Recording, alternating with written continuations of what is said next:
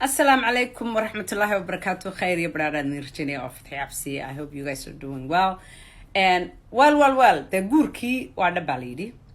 And anigu waxaan rumaysto iyo wax kalan kala garan waayay. Laakiin dad family-ga ilka case ku xidhan ayaa finally isu xaqiijiyay guurkan iyo sheekadan in muddo ay hadda laga soo shaqeynayo intii ninku joogay arigii jigjiga iyo ariga markuu joogay ayaaba sheekada laga shaqeynayay baa la yiri gabadhan waa gabadh iska ladan de gabadhan uu ka tashanayay marka biilka iyo ninku waa ka doonaya xagga inuu guuro un baarsiray anigu ya biilkiisa iyo hawlihiisu iska sii diyaarsanay qoftu waa qof ladan baa la yiri qoftan ijaaba la leeyahay midda kale waxaan la leeyahay wiilkeedii baa la toogtay muxuu ahaa dukaankeedii baa weer lagu qaaday waxba kama jiraan dadka la doonayaan la isku daro dadka la doonayaan la isku diray wax allaale iyo wax ka jira dukaankeedii baa la weeraray iyo wiilkeedii bal wiilkeeda yar bay xabad u saadinayaan wax ka jira ma jiraan baa la yiri accountkeedii baa la hakarayay waa sida gabadh ay asxaab yihiin ilka case walaashii sida ay sheegtay waa been waxaan oo dhan isaga gartay waxa ugu jira laakiin iyada tolo danta ugu jirta baan garan lahaa anigu gabadh majuura iska ladan ubad haysata walaal daraamada iyo qaylada maxay ku fashay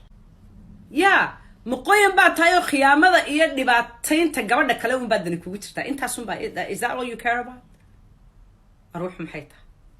ma intaasaa waxaad doonaysaa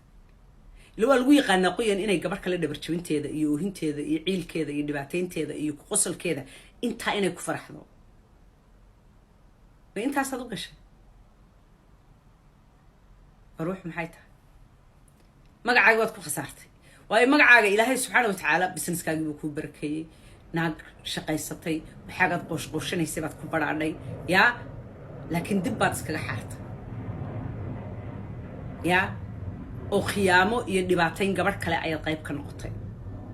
nin aan adigaba naf kuu hayn ayaad soo xambaaratay yaa typical dulayste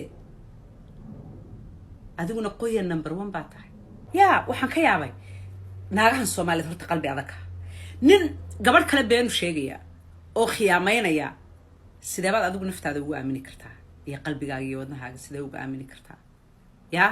ninka kani adayga iyo raganimada yeelan waayay intuu tii hore ku hor fadhiisto yiraahdo waan guursanayaa ninka oran kari waay inta ku dhici waayay ee khiyaamada maleegay yaa qof sii jeeda oo aaminay oo isu kala daadiyay jeeniga dabadiisa mindi kaga dhaabay ay la mid tahay sida adigu qalbigaaga iyo naftaada ugu haleyn kartaa gabadh majuura naamaxa danta kugu jirta maxay tahay tan ijaaba la leeyahay yaa naamiyaad ogeyn wadgo saraan kama saraan danta ugu jirta maxay tahay isaga garanay danta adiga kugu jirta waayo waxa weeyaan jigjigu doonaya inuu guuro gabadhaasina reerkii iyo jigjiga way haystaan Naciima Joker iskuma haleyn karo biil buu baahan yahay adigu naag ladan baa tahay shuqulkii nimanka Soomaaliyeed sanadkan jooga lagu yaqaanay inay dumarka isticmaalaan already na waad diyaarso xataa xaaj aniga waxa saddex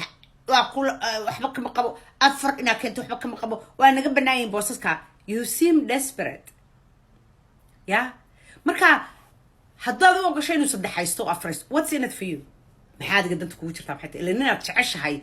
uma ogolid inuu saddexaystiyo inuu afraysto toone what's in it for you danta kugu jirtaa maxay tahay akhas caleeg gabdhaha yarar Soomaaliyeed waxaan leeyahay ku qudura qaata ku quuso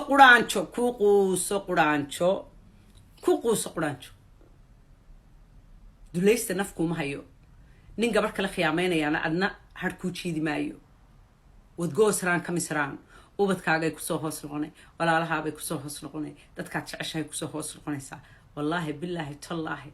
nafsigu waxa la yiraahdo dhaxay kuma dhaafo inaanu ku dhaafayn qoyan kasto istiraahda adiga special ana you will never be special dulaysta agtiisa